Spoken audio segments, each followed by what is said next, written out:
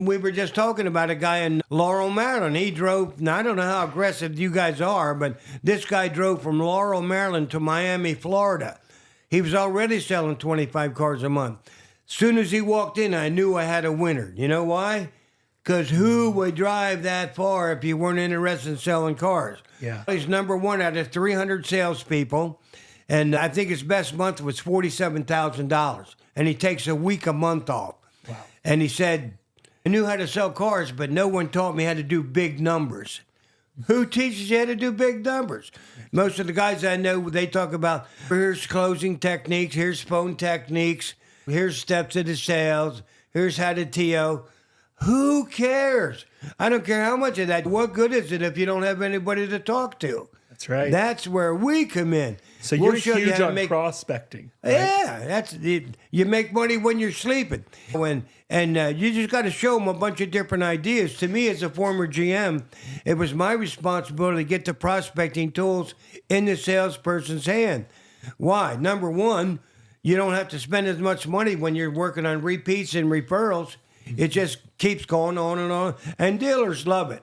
I mean, then if you're looking for a way to save money, to make money on top of money, that's the deal, prospecting. It's guaranteed to work. Yeah. And you got to show them how easy it is.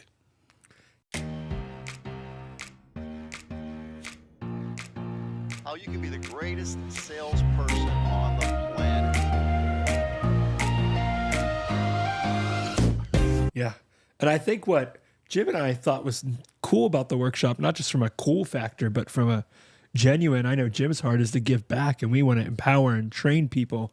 And I think the way you described a workshop, I always heard it as the raw excitement stuff, which I think that's good for about 10 or 15 minutes. But you were talking about, man, you just give it away when you do a workshop. And I think so many people like Steve Gardner, for example, have told me, man, we need to get Jim teaching just in a live setting where people can ask questions. And somebody sent me something Jim did, I don't know, 4 or 5 years, probably longer than that. They sent it to me 4 or 5 years ago for something maybe 10 or 15 years ago. And it's just Jim speaking at, I don't know, a Chamber of Commerce or something, just sharing real questions and answers. And when you mentioned that's a lot of what you spend time doing, that made me excited. Which ironically, having said that, my vision is to never, ever do a speech. I don't want to do speeches. I want to do what I think of as a workshop. So whether that's what you guys are talking about, I don't know. But my idea of a workshop, and I've really given this a lot of thought. Number one is to come in with an incredibly powerful pump-up song. So we're going to come in blasting, whether that would be Rocky music or play that song or simply the best, whatever I would do. I would start off, I want these people up. I want them clapping them. I want them dancing. I want to get these people pumped up. The second part of my presentation, and it is a workshop in my mind at least, Fran, you tell me if you think differently, I would be prepared, however many people I have, I'm going to have double that in pens. So I'm just going to go buy some cheap big pens. I'm going to have pens because I want people to be able to write, not borrowing pens from a neighbor who doesn't have a pen, so therefore they can't write. So I want people to have a pen. I'm just going to get a cheap pen. Secondly, I want to have enough index cards that I can hand out an index card to every single person. Third, I want to have a box that is empty. Okay? This is my idea. And so I'm going to say to the audience, I want you to write down your number one biggest challenge. Number one. And if you have 2 or 3, write them down. Your number one, number 2, number 3. I don't want 20, but 1, 2, 3. 1 would be great. 2's okay. 3's okay. But write down your number 1, number 2, number 3 biggest challenges, right? And when they're done, they're going to put the challenges in a box. I'm going to get the box in front of the room, and I'm going to start pulling those index cards out one at a time. And I do not know what's on the index cards. So I'm going to look at the index card and say, okay, here's the number one challenge. Boom. I'm going to talk about it. And so here's what I think we should do. And we're going to start to break it down. I might bring the person up with me in front of the room and say, let's sit down, let's talk, let's have a discussion about this challenge. And what are you doing about it? What do you think you should do? That kind of a thing. And then I'll go to the second card and the third card. And I don't know if we get through 1 or 2 cards or 10 cards or 20 cards. I don't know. I would say to the audience up front, listen, I'm here for as long as you want me to be here. This could take 4 hours. But if the audience is engaged, that's a good thing. That's a really good thing. So I don't want people. I remember Jim Rohn said something, and I'm a big Jim Rohn fan. Jim Rohn said, if you have an audience, please don't misinterpret this, but he said something to this effect. If you have an audience of idiots and you have a motivational message, you're just going to have motivated idiots. So we don't want to motivate that way. Right. That's right. We want to motivate, but we want people to walk out with an idea. Yeah. And that's what I learned from Mr. Hamilton and from my 20 group and the think tanks and all that, is to have that 1 or 2 or 3 or 10 ideas, whatever it would look like. And hopefully people would sit there and say, well, that's a good idea. Oh, Joey over here, he has this challenge. I kind of have the same challenge too. That's a good idea. So they walk away with some ideas. And then their job would be to go implement those ideas.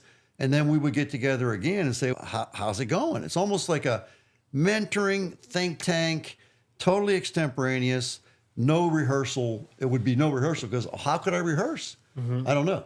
And the time limit would be I would say to the people that are running the deal, I would say, and again, I'm not saying I'm right. This is just my thinking.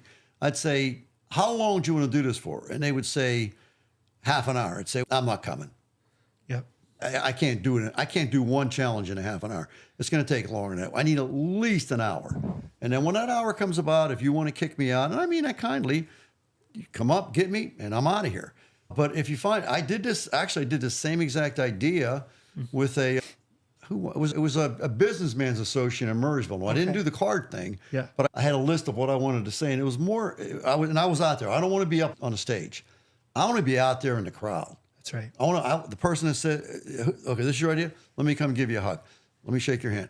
I want to be out there in the crowd. I'm going to be walking through the crowd. I'm going to be talking on my feet, and so that's what I did with this thing. And they said I had a half an hour. This was a little different. It was more of a speech type idea, but I went off into an uncharted territory.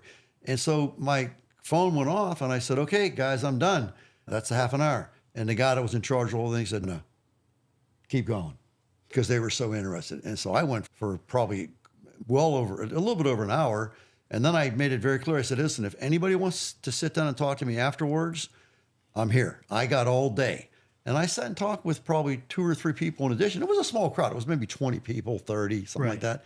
But I had some people that sat down with me and we had a conversation. And of course, there was a lot of, this is the way it is here. And I did a lot of tough love. Nope, you're full of crap. Not true.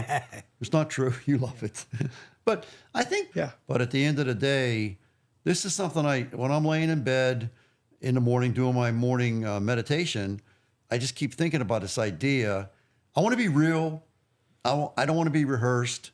And I don't want to, I think automatically if I do the way I want to do it, or maybe you guys are going to add to that, I think that people are going to leave really motivated. But not because I'm motivating them, because I'm giving a great you're giving them ideas to run with. I think ideas are the key. Yeah. Okay. What do you think, Fran? It all works if you got the right stuff. Like our workshop, who wouldn't want to listen to guys 800 cars in a year? Get this now. He said his top thing is leasing. What? So I had him, and he was on my private training. Yeah. So that's the kind of guy that I would invite or have come to the workshop. Why? Not many people lease anymore compared to what it was years ago. Yeah. Okay, does it work now? Yeah, sure. Here, listen to this. For him. Let's listen to this guy. So 100% agreement. And here's the math on this whole kind of idea in Jim Shorkey's brain. 1 + 1 equals 1,000. Think I'm right? Go ahead. 1 + 1 equals 1,000 ideas. Oh, okay. It could be 100, it could be 8. I don't know what it is, but I can tell you 1 + 1 in a mastermind group does not equal 3. If you come in with one idea, if everybody in the group has one idea, you walk away with, however big the group is, you walk away with 30 or 40. So 1 + 1 equals that's the idea behind a mastermind alliance. You walk away with, and I just said one idea, but what if Fran shows up with 10 and you show up with 11 and I show up with 9? Now we all walk away with 30 ideas. So we basically tripled our ideas. And when you get in a big enough group with enough talent, man, you might walk away with 1,000 ideas. You have so many ideas that you got to sit down and really prioritize that list and work on the top 10 and then go back and work again. You keep working. That's what I did with 20 groups. I'd go in there I'd take a blank piece of paper. And a 20 group really is what you're talking about. That's what it is. That's what it is. So I'd go in there with a blank piece of paper and I would write at the top of that piece of paper, I am here to learn. And underneath that, I would write the number 1. And that's where my first idea went. And then number 2. And I went down the list, and I'd walk out of that group with probably 100 ideas. And I knew that was too many. I had to get it down to 10. So I would look at, oh, this one's going to make me the most money. This one's going to make me second. And I'd look at it that way from a money perspective, because I was looking at the financial statement, the balance sheet and the income statement. Now, that's what we were looking at in a 20 group. So I would look at that and I'd say, okay, which one's going to have the most impact? Boom, boom, boom. So I get it down to 10, go do the 10, but I still had the 90 to go back to and say, okay, no, this was pretty high. Let's do this one now. So maybe when I went back to the group, even though I started off with just doing the 10, I did a 10, and we met every 3 months. So there was time. And so I would do the 10, then I would, now I have 90. What are the top 10 from there? Now I have 20. And I do those 10. And then by the time I get to the next group, I'm into my third 10, still have 60 ideas. And the 60 might not be really all that valuable. Right. So now I go back to the group and blank piece of paper, I am here to learn. I try to be very non-arrogant. I'm here to learn, number 1. And then I would make, without the other list, I'll leave that out of it. I make the same list, but oh, geez, that one, number 89, that came up again. Yeah, I better look a little closer at that. So I come up with my new 10 and kept going through it. Guess what? If you understand 20 groups, what they do is they take your financial statements, your balance sheet and your income statement, and they put those into what is called a composite. And you open up the composite, and there's probably 50 pages in here. And each page, it's not really a page. So there's 2 pages that's dedicated to one aspect of the financial statements. And it shows on this part of the financial statement who is the best and who is the worst. So you wanted to be on the left side of the page. And so when I joined the 20 group, let's face it, I wasn't doing real well. I was beyond bankruptcy imminent, but wasn't doing real. I was on the right side of the page. And so I listened to John Amato, I listened to Jerry Vanderveer, Charlie Burton, Kevin Grover, all these different people, Jeff Lambton, and I kept taking the ideas back. And as what happened was, and this is graphic, start off, I'm over here. Oh, no, I'm over here. Oh, no, I'm over here. Oh, now I'm a left-sider. And that's a big deal. And I remember I talked to John Amato just recently, within the past year, and I told him how grateful I was for all his mentoring and tutorship and all that kind of a thing. He says, and I said to John, I said, man, John, I could see it. I looked at it. You were the smartest guy in the room. And what I would do, to your point, so John, he's a left-sider. He's killing it. He's a great guy. And I would, there was also the meeting after the meeting. You've heard about those meetings, right? So John would go to the bar. I wasn't drinking. I don't drink at the time. But I went to the bar with John. I kept asking questions. I went to the pool with John, and we hang out at the pool. We went to dinner. I sat with John. I kept doing that. I got more ideas. I said to John, John, you were the smartest guy in the group. I learned so much from you. He says, no, Jim. It makes me cry, but he said, you were the smartest guy in the group. He said, you were the smartest guy in the group. And I said, John, no, I wasn't. I said, come on, look at me. He said, yeah, but look what you did. And yeah. So I give him all the credit as my mentor. But I did what I was told. And I think that's really what we're all trying to say here, right? Yeah. It's not a question of, oh, great idea. Well, did you do it? No, I didn't do it. Then it's not a great idea. A great idea has got to be executed. We talk about that in Rethink You 2.0. It's called the strategic continuum. Yes. And so if you have a good plan and you execute it at close to 100%, you're going to get good results. If you have a bad plan, the first thing you want to do is execute that bad plan at 0%. Because if you execute a bad plan at 100%, you're going to get crushed. So we got to get across the strategic continuum from a bad plan to now a better plan. Let's go. Now a better plan. Let's go. Now a better plan. And once we get to that really good plan, we want to execute it really well. If we have a good plan and we execute it at 50%, we're going to fail. It's not good enough. We got to execute it as close to 100% as we possibly can. So many people miss this. Yeah, I got a great plan. Okay, how often are you doing it? Once a week. That's not going to work, man. It's not going to work. You got to do it every single day, or as close as you can. Yeah. If you can't get it done every single day, which I know sometimes that happens, can we get it done? Can we get it done 6 out of 7 days? So far, I'm only going to get it done. I'm only getting it done 3 out of 7 days. Okay, let's move it to 4, and we'll see results in that. All right, now we got you to 4. Are you doing it 4 days? Yeah, I can document. Okay, let's move it to 5. And you'll see as you move, you don't have to change the plan. Move the execution.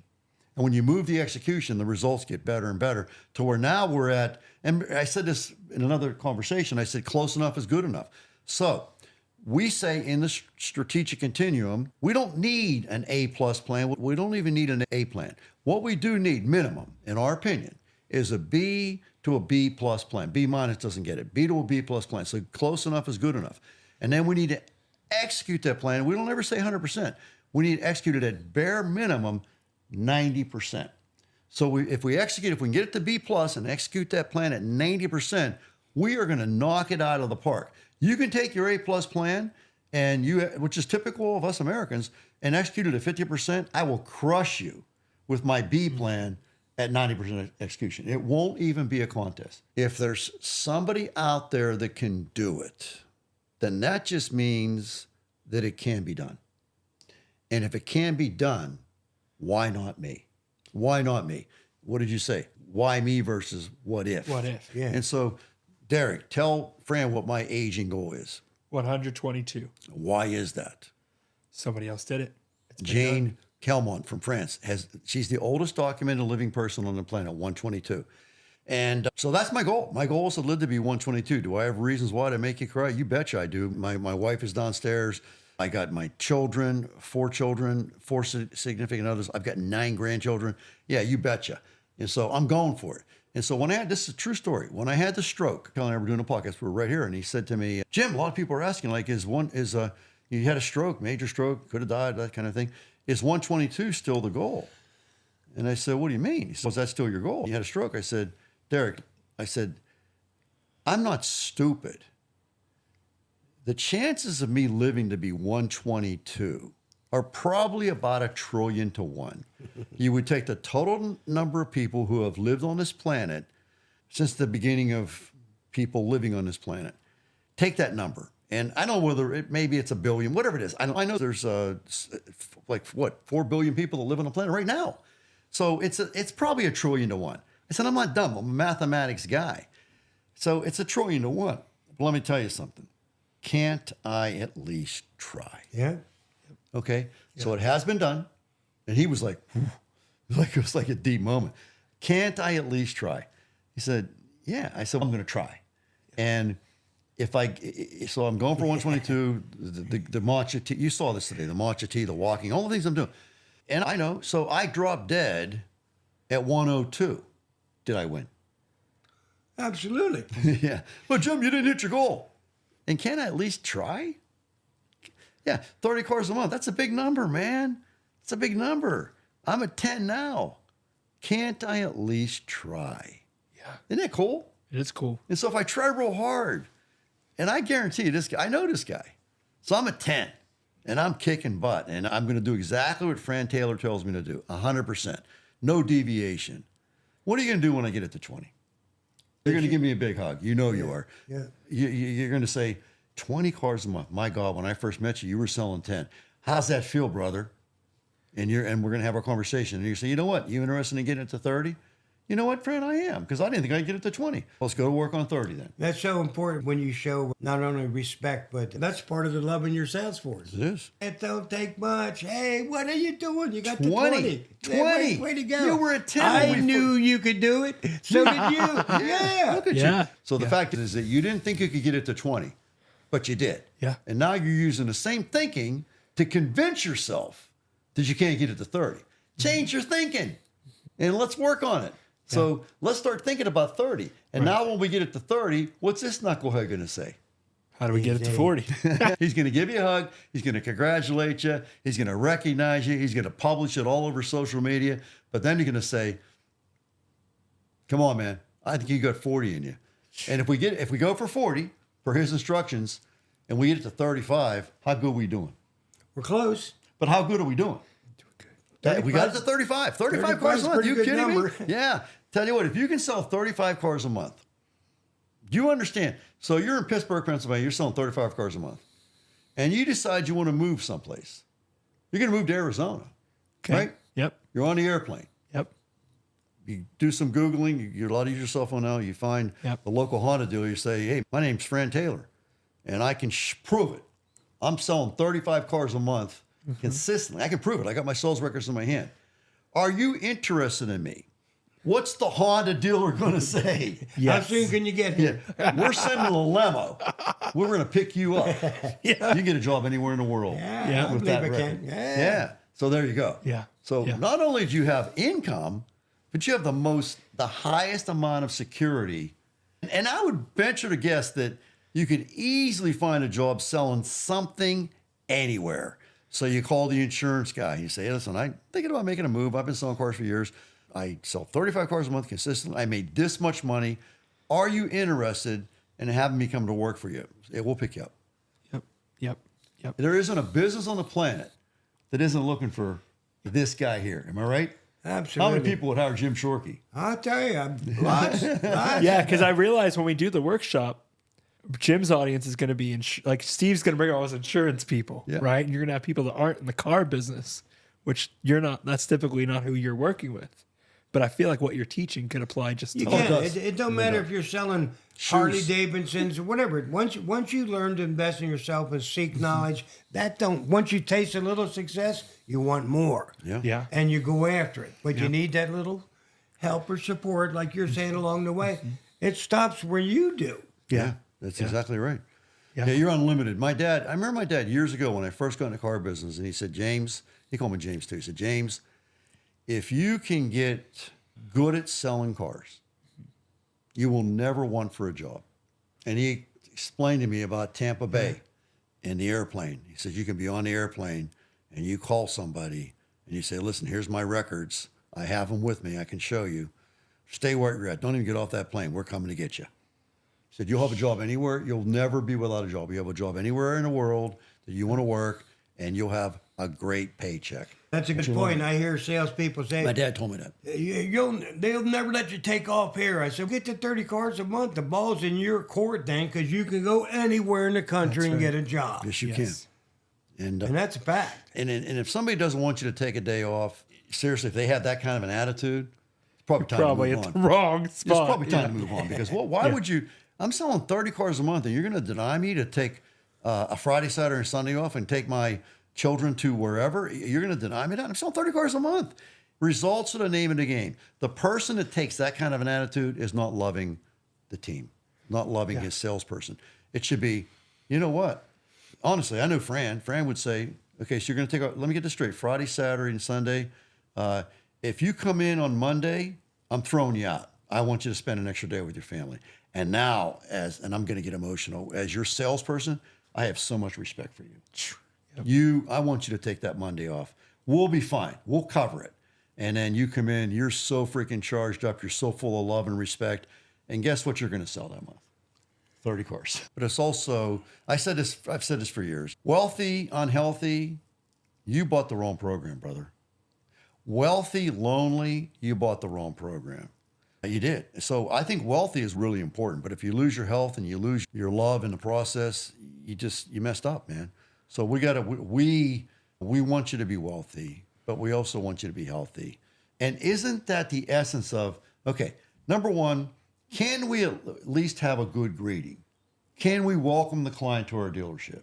Can we write their name down so that we remember, and can we give them our business card right up front? It's a real good greeting. It's professional. We're happy you're here. Or can we say, can I help you? We never say that. So we're going to have a good greeting, and then we're going to have a good qualifying process, bullet number 2. And then we're going to present to them the car that makes the most sense based on our, not qualifying financial, we're qualifying based on wants and needs. So we do that. And now we're going to pull that car to the front of the dealership and say, hey, based on what you told me, out of the 500 cars that we have here, I think I picked out one that's going to match what you need the most. So we pull the car on, and then we start doing a feature benefit close, another bullet, based on what you told me. And so we're going to do that, and we keep confirming. So does this make sense? Does this make sense? And we go through the whole thing, say, now, what do you think? Does this car seem like maybe it's going to do what you want it to do? Yes. I think that the next step then would be for us to drive the car to make sure that it performs the way you want it to perform, and then we go do that and we're confirming. So we get out of the car, we're done, we walk around the car again, say, listen, when you first started, this was the list you gave me. Was there anything else you wanted to add to the list that maybe you forgot about? No. So we got the complete list here. Does this car do what you want it to do? Another bullet. Yes, it does. Okay, well, then I think it's time for us to go buy the car. What do you think? Yeah, let's do it. Let's do it. So we moved to that direction. Was it you that posted it? The question of how often do you train? Some guy said once a week. Yeah, I might have put that up. Yeah, not enough. Not enough. We trained every day.